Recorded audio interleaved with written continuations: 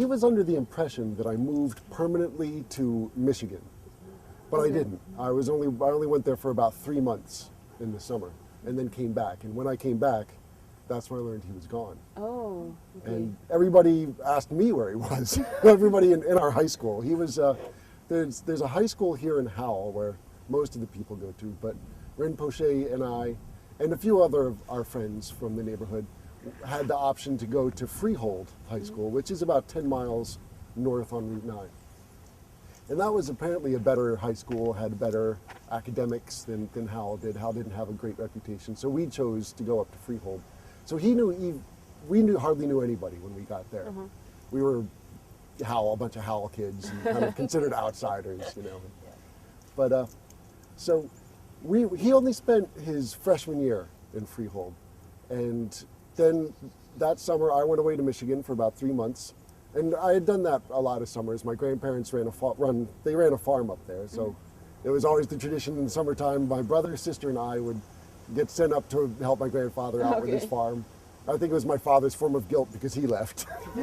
So he would send us to do everything he would have been doing. Yeah. So we did that, and that's when I came back.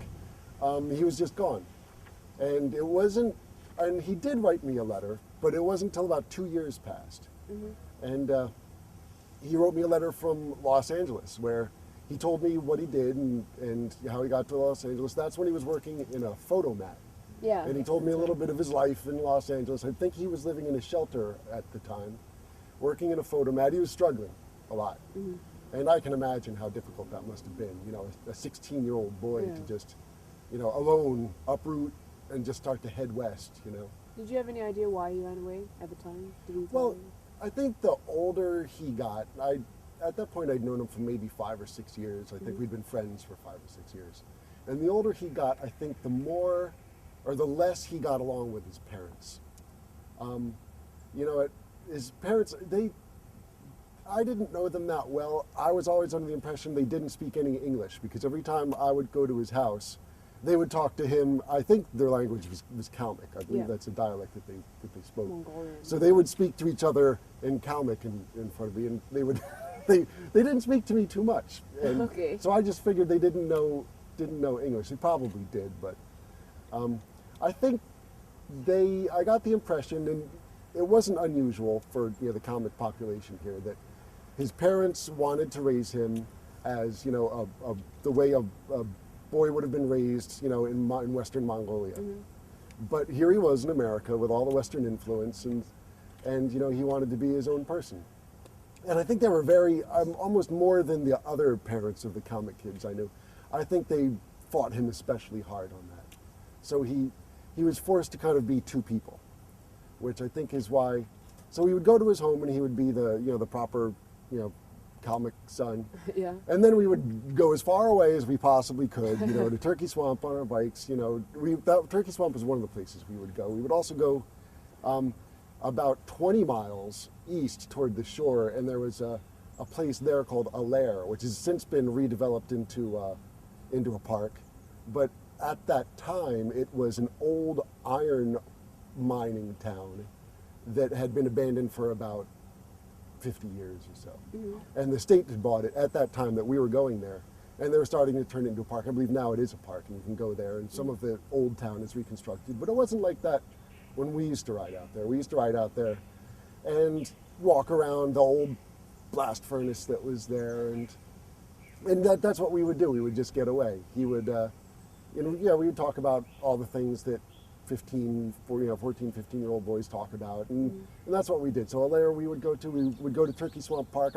I guess that was a more picturesque place. He probably remembers that place better. Yeah, he remembers that. Yeah, because it had a really big lake in the middle, and it was surrounded. I think it's been encroached upon over the years by a lot of development. But at the time, I mean, there was just forests almost as far as you could possibly walk. So we would go out. How far away by bike? It's about a 5-mile bike ride. Oh, that's and not too far. if you're interested, we can all go up there after. And I'll take you the way that we used to ride our bike. And, was it a country road there? It was 1 or 2 country roads, back roads to get there. And you'd pass farms. And one of the things I remember about the ride to Turkey Swamp, and he may remember it also, was there was one farm going up a hill, and they had a giant Rottweiler. Oh. He liked to chase bicycles. And so we would start going as fast as we possibly could, in preparation for that Rottweiler. And then as soon as he saw us, he would cross that field in the second flat and just be right at our feet. And we would pedal as fast as we possibly could, up that hill. Coming back, it wasn't such a problem because we were going down the hill. But going up the hill was always difficult. And I remember that Rottweiler. Told us that story. Yeah. Did he tell you that story? Yeah, I remember that. That was just part of the trip. Do you remember him getting out and reciting prayers to the dogs to get them to stop? What I remember was right here in this neighborhood, back then, it wasn't unusual for people just to leave their dogs out in the yard with no fence and no leash. So it wasn't unusual for a couple of kids to walk down the street to get chased by a dog. Yeah, okay. And until I met Bertha, my response would be run like hell. Just, here comes the dog. All right, everybody runs, and the dog may catch you and he may not. But it really was Bertha. When I would walk down the street, the dog came, and I remember I would run when we were small, and I remember he'd just stand there. And one or two times, and then after that happened one or two times, and I noticed he wasn't getting bit, he taught me the secret to these kind of angry dogs. He would stand there, and he would kind of hold out his hand, and he'd calm the dog down. And the dog would come running out, and I think it may have been a prayer he said, do it, but he would just stand his ground, and he would look at the dog, and he'd hold his hand out, and the dog would bark and bark, and then it would stop barking, and it would turn around and walk away. I guess it wasn't interested that he wasn't running. But he taught me, I think he taught me that about dealing with dogs, Crazy dogs. And other wild animals. In later years, I've done a lot of backpacking. I've been out to Yellowstone, and the trip we did to Yellowstone, we came across grizzly bears and things like that. And I always remember, Bert's thing is just to remain completely calm around dangerous animals, and that's the best way. But the bear's a bit bigger than the dog. Yeah, the bear's a lot bigger, but it's the same rules apply. Yeah, you don't want to be scared, you don't want to run. Yeah, you want to just, everything's okay. We were probably 11 or 12. I think since he ran away, he was 16. He was a year older than we were. He was a year older than the other kids in our class. I guess he started out in China, and by the time he got to America, they started him, I guess, in order to learn English, whatever, he got started a year later. So he was a year older than us. So, we were, by the time I became friends with him, like I said, we had been friends for about 5 or 6 years. So I was about 10 or 11, and he was about 12. So. Did he ever talk to you about what was going on at home with his parents? A little bit he would talk about that. And I remember a lot of it you had to read between the lines because he didn't talk a lot about it. Okay. But can you remember what he would have said? I can't remember verbatim what he would have said, but I remember, I think the older he got, the less connected he felt to his parents, the less connected he felt to his home. And I think that, obviously that's why any kid runs away, I think, is, they don't feel the love and support that, they want from home. So I think he went to go find that somewhere else, and he got taken all the way across the country. Did you know that there was mental and physical abuse in the household? Did you know about that? I did, and I always thought that that's just an effect of the old world. I remember that they were more physically abusive than my parents would have been. My parents were, this is Western sort of, their thing wasn't sort of the physical abuse and punishment. And but Birch's world was more like that. His parents were much more physically abusive to him.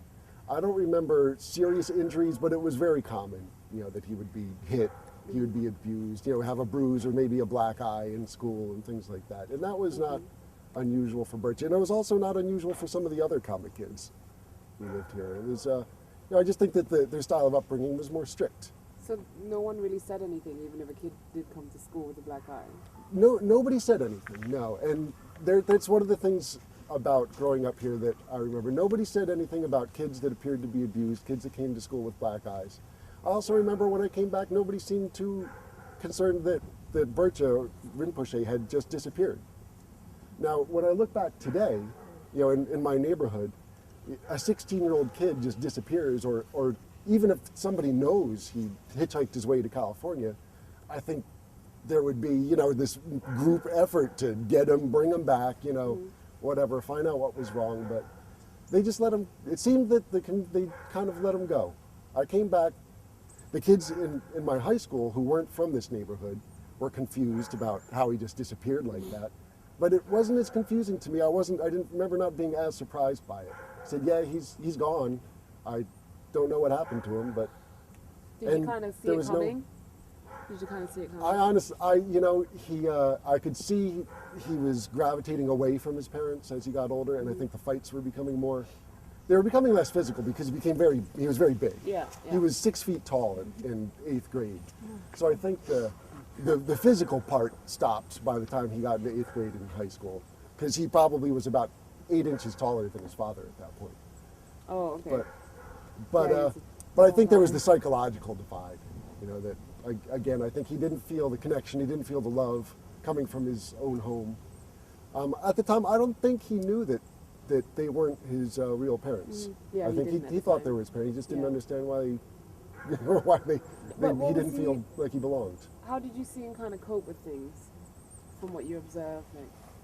Like, did he look visibly kind of down as he's getting older? At times, yeah, he was visibly down. And I remember someone asked me one time if I thought he was drinking. And I was his friend. I'd never seen him drink alcohol when we were together or anything like that. And I thought that was strange. And I think I think that was maybe just because he started to appear so separated. You know, he wasn't his old self. Like I said, the older he got, I think he became determined that he wasn't going to stay here. He didn't speak about it.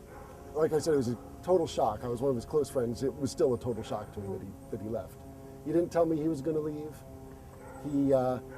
I think he might have spoken about, you know, the need to get away, you know, the need, you know, but a lot of unhappy kids would have spoken like that. But he was the only one I knew who actually did it, who at 16 hit the highway. Did you know about the previous attempts to run away when he was younger? I know there was an attempt when he was very young. I think he wasn't even 10 yet, and that was before I knew him. Okay. And he never told me about it, but one of his friends told me about it. And then there was another time that he ran away. He got to Indianapolis. Did he really? Yeah. How old was he then? I think about 12, maybe 13. No, that would have been, again, I spent all my summers out in Michigan on my grandparents' farm, so I guess he was always doing this in the summertime. I would come back and he'd still be here. And one time I came back and he wasn't here anymore. Can you remember how old you were when you started seeing bruises on Bertja? Definitely in 6th, 7th grade. I think that's when we first got. I think that's when it was probably the most severe. I think. Like I said, by the time he was in 8th grade, he was 6 feet tall, 175 pounds. Yeah. I think the physical abuse might have started to taper off, but when he was young, yeah, I remember seeing the. Did you ever ask him about it? Like, hey, Matt, what's up, man? Why have you sure. Yeah, you don't hold back when you're young. Yeah. I'm sure I asked him about it, and he would have just dismissed it. Like it was no big deal. Don't worry about it. Okay. You know, it's just, he had a fight with his parents. And again, I just thought that was probably the difference between a comic upbringing and a regular American upbringing is, you know, you did something wrong, they beat you up when you were a comic. Yeah. Did people from school know about it, like teachers? And did teachers ever say anything? I don't think they got too involved. I think back in those days, you didn't have the programs that you have in these days to catch child abuse. I mean, it was more accepted. I think in the United States, it was just the sort of thing that happened from time to time. And unless he wound up with broken ribs in the hospital, I don't think it ever got that severe. I don't think anybody would have stepped in on his behalf. Okay. Yeah, so I don't think no teachers, in my recollection, stepped in on his behalf. He was well liked by the teachers. He was a smart kid. One of the things we used to do is he used to help me study for homework. I was a poor student. I was too easily distracted. And one of the ways I think that we first became friends was we were these two kids that were in all the same classes together. Okay. So he said, why don't you come over to my house and we'll study, because he was getting A's and I was getting C's. And so I did, and I brought over all my books and my notebooks in my backpack. And I put them on his table, and he took one look, and he goes, I see why you're not succeeding. And I was so disorganized, you know, that I would have math, and I would have history, and all the other courses all in the same notebook. And if I ran out of space, I'd just open up a new notebook and start writing again. And he just started to rip all these pages out and get a 3-ring binder with the subject separators. I remember this. I mean, this is almost the first thing that comes to mind. It's the first thing that actually came to mind when Beng emailed me about Rinpoche. Was that day that I went over there, and he put all the history under the history tab, and he put all the math and the science under their tabs. How old were you then? I might have been in 6th or 7th grade. Oh, and I was wow. just like, wow. That's an organized 11-year-old. Yeah, I said, this could probably help. And sure enough, I realized that if I just wrote about history things in that history subject category and wrote about math, that I would do better in school, and I did. And to a certain extent, I think I owe what little organization that I developed in school to that day. Because without it, I think I would have just continued to get C's. Do you remember if Rinpoche liked school? I think he liked school. Again, I think he liked everything that was outside of his home, you know, which is why he liked to go out. He liked to go out on these long bike rides to these places we'd go. And he liked school. I remember certainly there were the kids that would pick on him. Yeah, I was going to ask you about that. Because every school has got bullies. And Bircha, he was tall, he was unique, he wasn't even really like the other comic kids. He was 6 inches taller than most of them were. Okay. He was, you know, he would always say things and get himself in trouble just because he had this. Yeah, he had this big mouth. He had this personality, you know, and people didn't think some people he would offend some people sometimes, and they thought, especially when we went up to Freehold High School where they weren't used to so many comics. I think they looked at him like a real outsider. Like, who is this guy? You know, this 6 foot tall Asian kid, you know, where all the other ones are 5 foot, five, you know, with a big mouth, you know, laughing and he would if he played a joke on you, you know, and he would do that sometimes. He would say this thing, and I'm not sure if it was a word he got. I guess it might have been an expression he got from his comic dialect. But he would laugh at you to be like, Shmata, like that. So you may remind him of Shmata. So if he thought he got one over on you, he'd do that. It used to really make people mad. Shmara, what is that? So, did you ever hear him say that? Yeah. And so, yeah, he was a lot of fun to hang around. He was a lot of fun to have as a friend. He was troubled, but he had this very outgoing personality. A lot of kids in school, but some of the bullies would pick on him because he made a target of himself. He didn't care. And, but generally speaking, I have to say, he was, I think, in grade school especially, he was generally well liked. Okay. I liked him. I think most of the kids liked him. He was unique and he was different, so some people picked on him. But I think the teachers and the kids generally liked him back. Do you remember if there was any racism in school?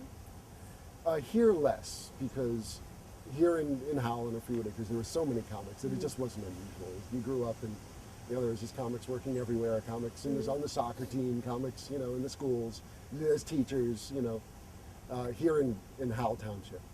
But once we got up to Freehold, there were Naren Andreev, who you interviewed, yes, his I sister met him before, Sarah. yeah.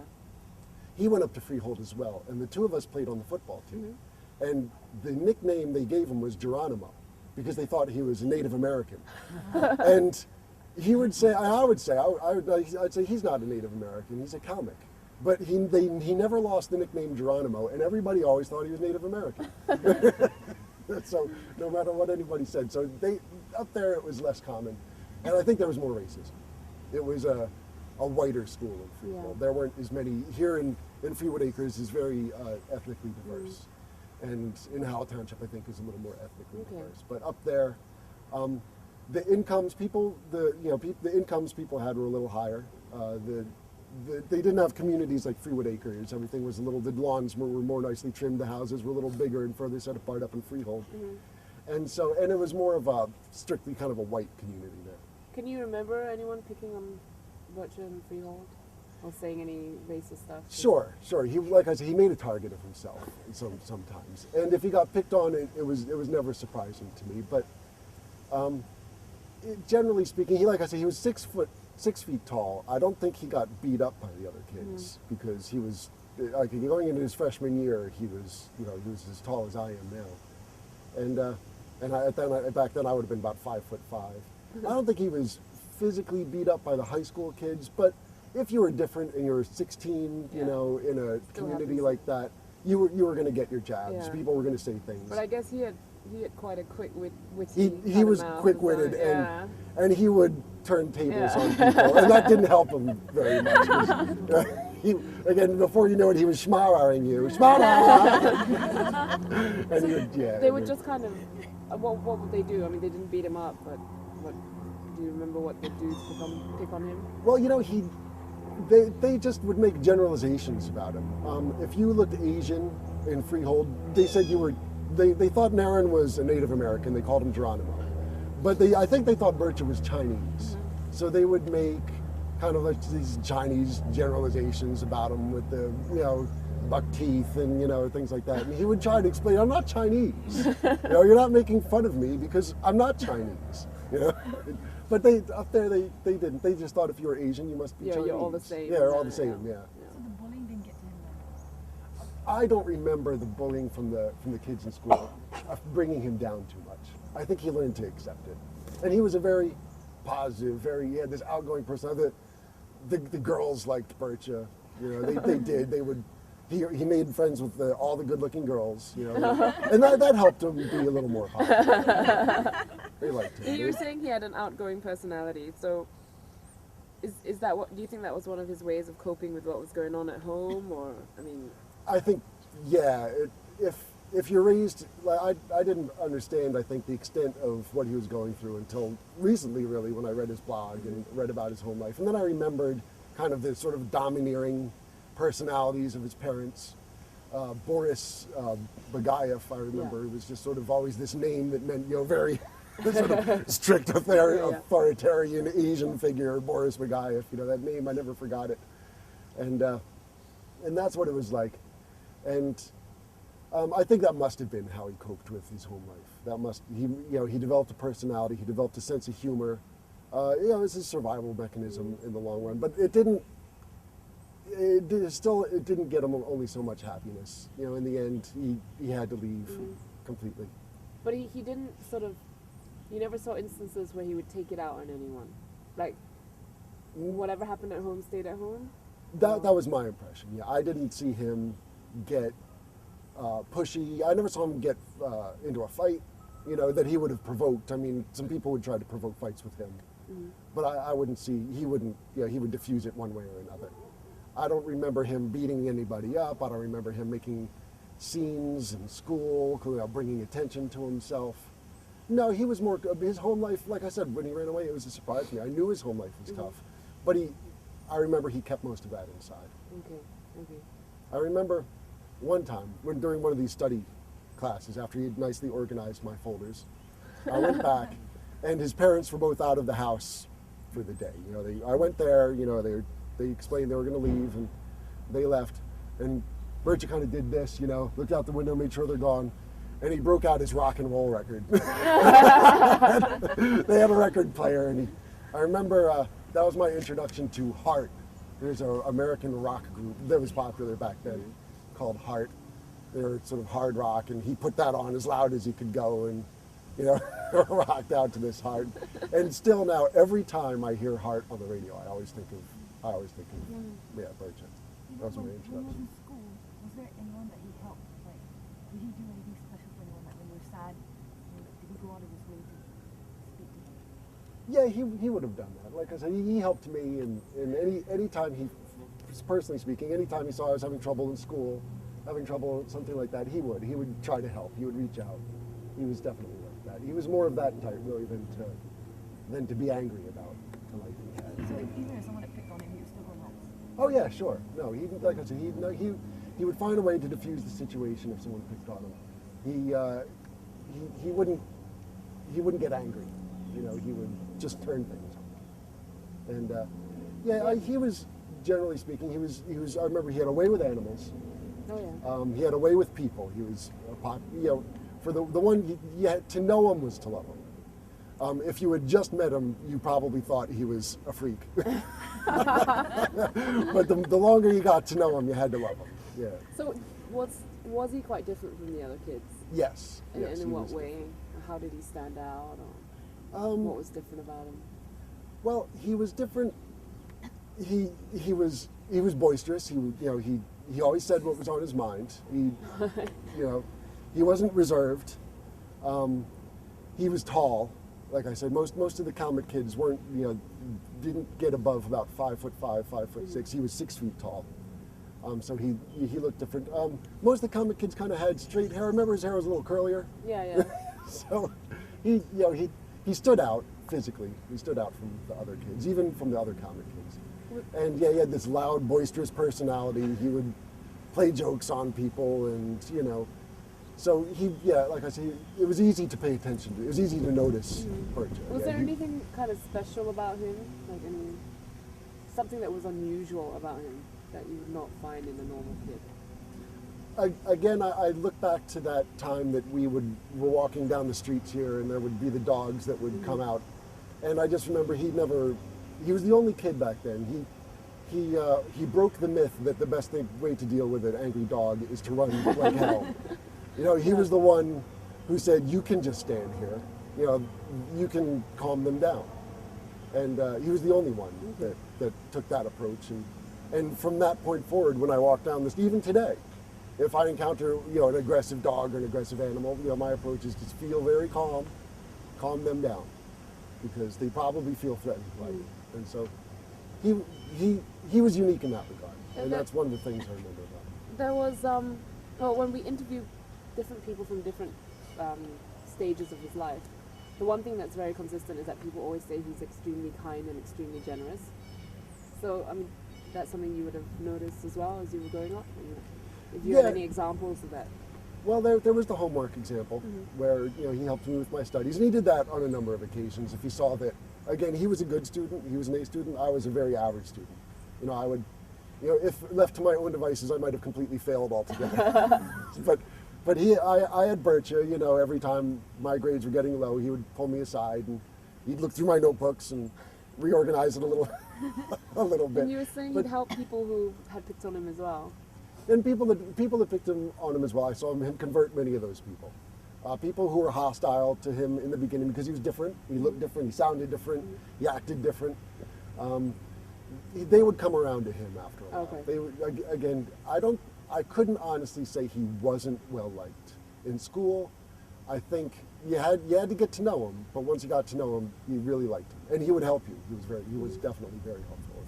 If anybody was having any kind of problem, he would always reach out and try to help. And he did help. He's still like that now. That must be why he chose this path. Yeah. Did he have to try very hard at school? Was he just naturally an A student? No, he was naturally an A student. He didn't have help from his parents, I don't think. They didn't understand, I don't think, the sort of the Western school system here, They let him fend for himself. He didn't have a brother or sister living in the house who would have helped him. So he had to do it on his own. And no, he was naturally smart, always A's, at the top of his class. Yeah, it didn't seem to me like he had to work too hard, like I had to work too hard. If it wasn't for, Birch's help, if it wasn't for, people helping me, I probably would have just failed. Do you remember any particular subjects that he was really strong in? He told us he won like art projects and science projects. He was creative. Yeah, he was very creative. So he always did good at the science fair. He would have elaborate constructions. I don't remember what his projects were, but I remember that he would win prizes. Something about an electric car comes to mind. You'll have to ask him. I think he tried to design one, and and at the time that was very, very revolutionary.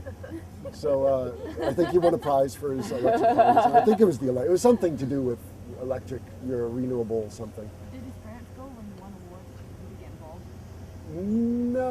No, I don't remember. I remember his mother was. I remember they like I said, it never appeared to me they even spoke English. They seemed to be in the house, and they didn't go to his school. His school functions very much. What were they like when you saw them in the house? Like when you were studying with him in their home? I think they were okay when I was there to study. They were okay with that because, I think they obviously understood the importance of doing good in school. So they were okay when I was there to study. They were generally not okay with me in the other regards, where we would disappear for on our long bike rides to Turkey Swamp. I think that they looked at. I always thought that after he left, then if I saw them or I was like, oh, I know they hate me. Because you were like an American. Yeah, they think I did this. They think I made him leave or something like that. Okay. But I think they looked at me and they looked at some of his other Western friends who used to live here, the American kids, as, possibly poisoning, a source of poisoning to their upbringing. But did they ever talk to you? They never talked to you then when you went around to No. Like I said, I didn't even think they spoke English. They must have, but... So I was always under the impression when I was at his house, I would go in, and then his mother and father would talk to him and would speak to him in comic, and I was always convinced it was about me. They'd be like, listen, you can do your homework, but I don't want to talk about rock and roll, I don't want to talk about you talk about girls, I don't want you talking about any of that other stuff. So I didn't know what they were talking about with him. And then they would just kind of leave you alone? Or? And then, he had a front room with his parakeets. He had parakeets in his rooms. And so it would be me, it would be Bertha, myself, and his parakeets doing the homework in that front window. He had a little area there. And they would, it was the first place I tried borscht. Okay. One day they made borscht and served it to Bertha and asked me if I'd like a cup. Were they? Do you remember them being generous, or was she the kind of come out with milk and cookies kind of mom? Not milk and cookies. The cup of borscht was all I ever got. All I ever got. Yeah, okay. And that was not milk and cookies. Okay. Do you remember what you guys used to talk about? I mean, like you would have been teenagers, right? Yeah, we would have been teenagers. So I think we had this thing in common that we both kind of, we didn't feel very connected to our homes anymore, which is why we would go to these long bike rides here and there.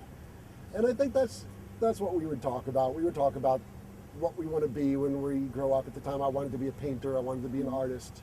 I think he thought about maybe doing the same thing. He was very artistic. He would bring these books back. I'm not sure that the books he brought, he would bring these illustrated books from the library. And it wasn't necessarily Buddhism. A lot of times it was Buddhism, but sometimes he would look into Hinduism as well, and he would bring the books from him. And we would look at the art, the Hindu art, and we would draw it and we would paint it. Oh, okay. And we would do that. Or we would, when we were home, we'd do artistic things. And when we were out, we'd find places to go and get away. Did you have more friends that were girls? Or? Bertha? Yeah. Rinpoche? He probably was probably about 50-50. Okay. I would say, which was high. Your average 12, 13, 14-year-old boy has got, 90% of his friends are boys and maybe 10% are girls that kind of hang around. But no, with Rinpoche, it was 50-50, just as many girls as boys. Do you remember any of the girls that he was friends with? I could look through the yearbook, and he liked, Any of the old friends that you can remember? Yeah, I remember when we first went to our new high school, there was sort of the set of the pretty and popular girls that were there at that high school. One of them was Tracy Smith. Another was Karen Bianchino. Okay. And he became friends with them. They were like the popular girls? They were very popular, very pretty. And he became friends with them. So was he one of the cool kids?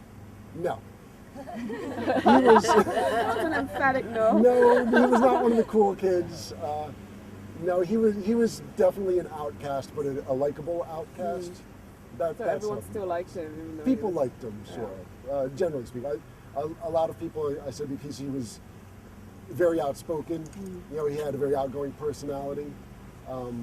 He wasn't really shy. He wasn't a kind of a shrinking, what they call a shrinking violet. He was outgoing. So a lot of people responded sometimes negatively at first to him. He didn't care, even if he he didn't care. You had to either love him or leave him, and a lot of people came around. A lot of people. Right. Like I said, to know him was to love him. He was a good friend to everybody he was friends with. Do you remember him coming to school in these weird outfits?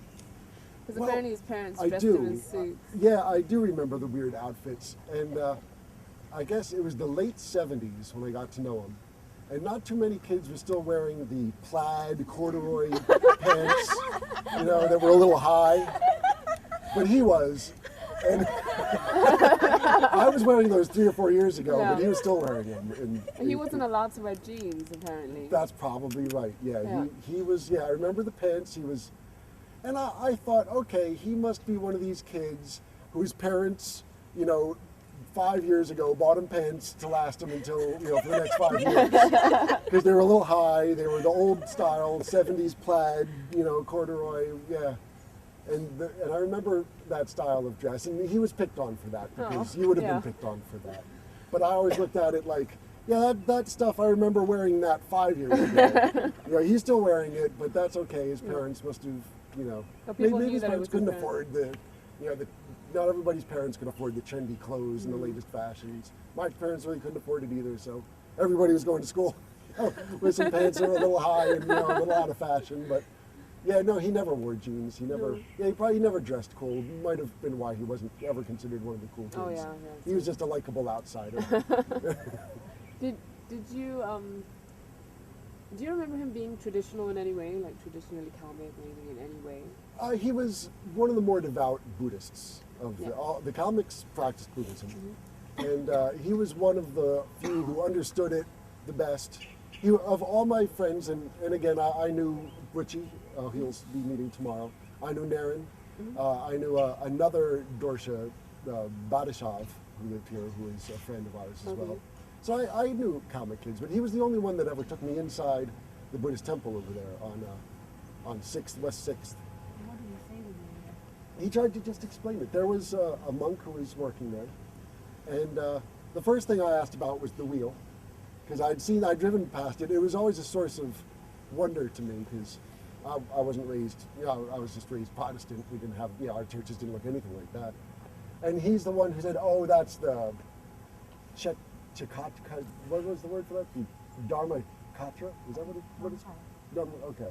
So he explained the wheel a little bit. He explained the deer on either side, how it, you know, that's how it's represented in Tibet.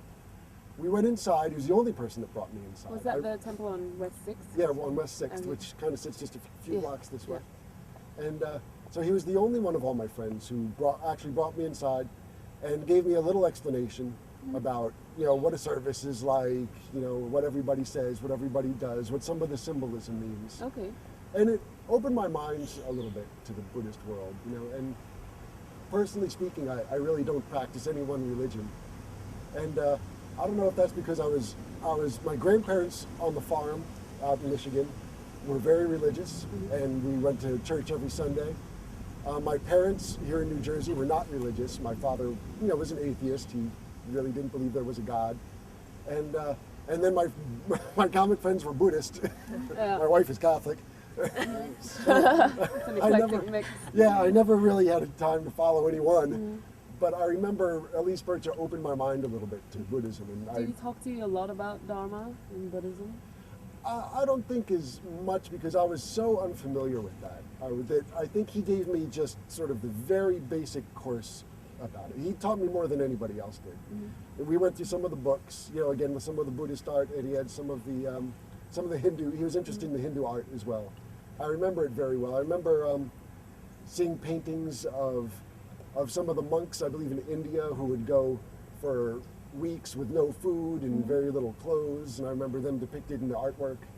And he was intrigued by all of that. And he'd explain it all to you, the books and all that? Yeah, he would read the books. I would just be interested in the pictures. Oh, okay, okay.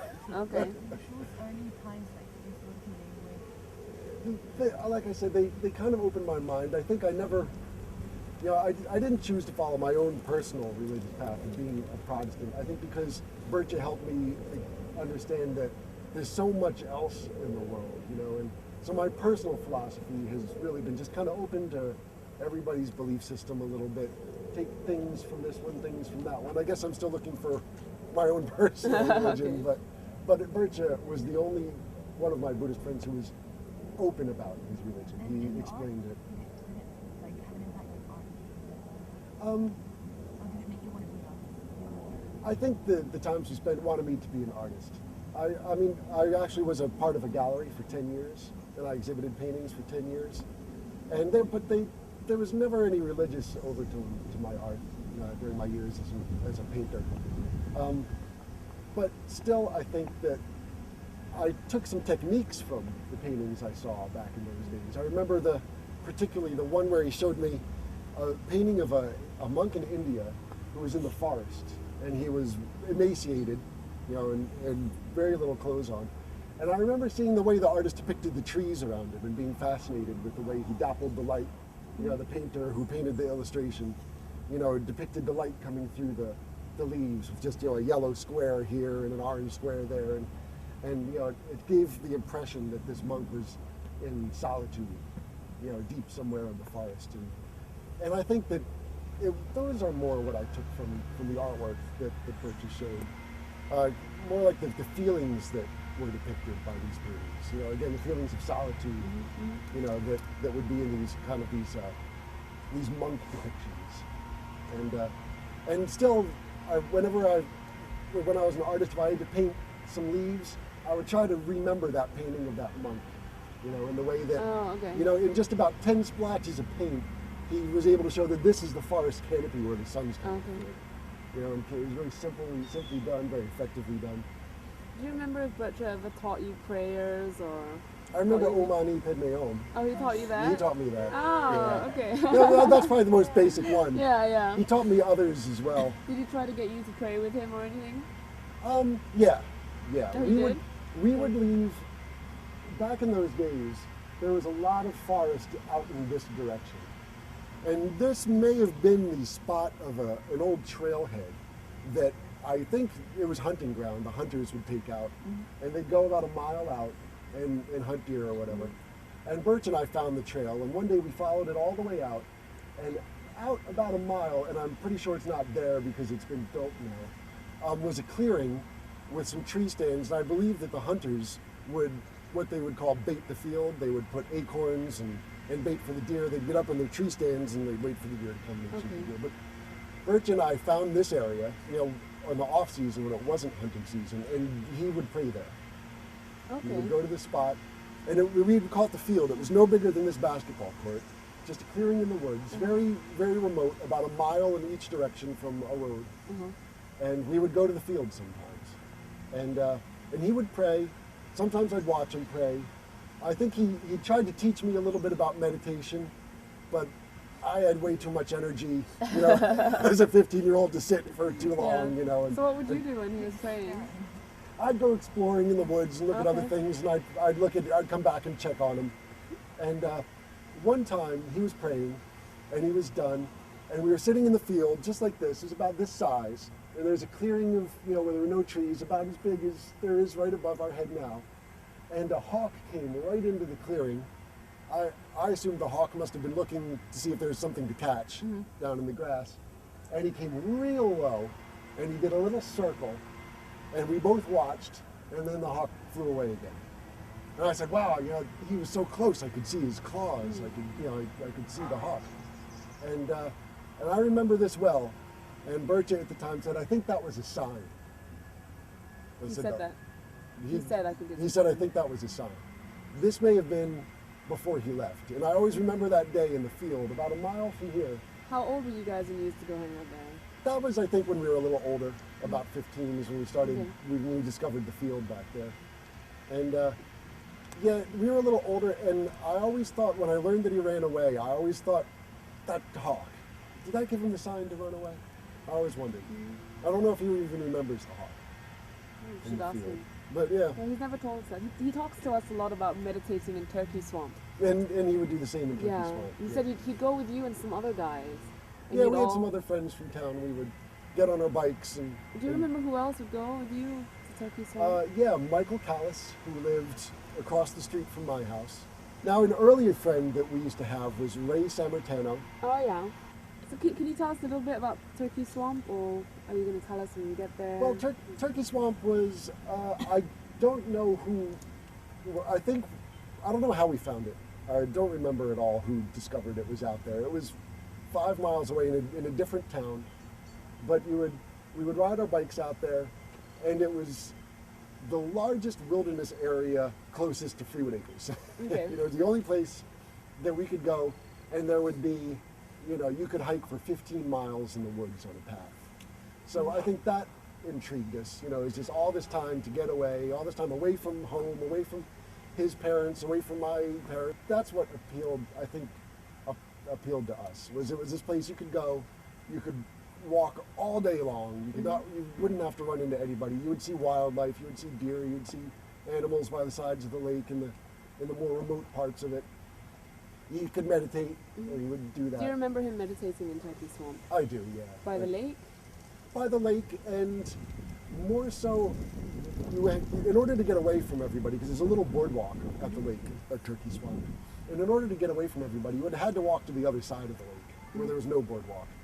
And we would go to the other side, and you could see the lake then through the trees, and that was a better place to meditate. That's where we would go there, and we'd walk all the way to the other side.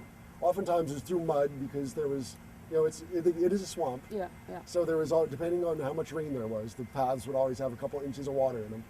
And we'd slog around to the other side of Turkey Swamp, you know, just to get away from the boardwalk, to get away from the rangers, whoever else would be out. Because there'd be families and all that. There would be families there. I think they would just look at him funny if he sat down and started to meditate. Okay. Right there. So What did you guys think when you did sit down and meditate? I became used to it. Yeah, it didn't surprise me anymore. I think everybody that knew him.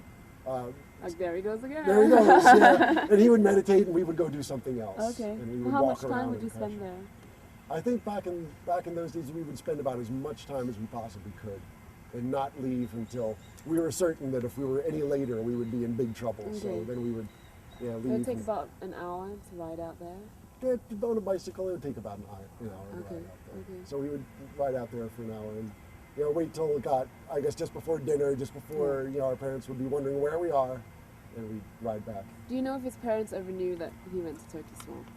I don't know if they did or didn't. I think he was, like I said, I got this impression that he was breaking away from them.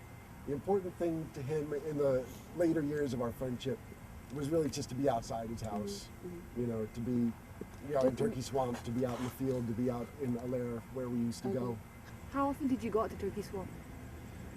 We did that more often. I think there must have been a time where we would go out there 3 or 4 times a week. Wow. In the summer? I mean, you couldn't do that during school time, right? We would go out on the weekends during school. We would go out in the freezing cold. We didn't care if it was January. We would get on our bike. I remember, my hands swelling from the cold. It was just a chance to get out. We didn't care. Out. Yeah, we would. Any time of year, we would go. We'd go also out to the field. We didn't care if it was winter. We didn't care if it was summer. The important thing. Because you're kind of impenetrable when you're 15. Right? It's true. Yeah, we would go anywhere in any weather, and it never seemed to faze us. Okay. Another story Rimchi told us are about some little ducks that followed him in Turkey Swamp. Do you remember that? I wouldn't be surprised. I don't remember it, but I guess I wouldn't be surprised. Like I said, he had a way with animals. Yeah. He had this with the dogs. Yeah. He had this ability to calm them. His parakeets, that he had. No, he was telling us that he finished his meditation one day, and as he stood up, a whole flock of ducks. What do you call them? Gaggle. A lot of baby ducks. A mummy duck and a whole brood of baby ducks followed him. Yeah, followed him as he walked. I'll have to think if I can remember that, but I wouldn't be surprised if it happens. He was, like I said, he liked animals. He had a lot of pets too. Do you remember? I remember the birds mostly. I'm not sure he had a dog. I think if he had a dog in the house at the time that I knew him, I would have known. I don't remember a dog in his house during the years I knew him. For those 4 or 5 years. I remember the parakeets mostly. I think a couple cats. Oh. Not all of which I believe lived in his house though. I think he would go into the backyard and you probably saw cats crossing the road as you drove around here. So it's not, stray cats around here are not uncommon.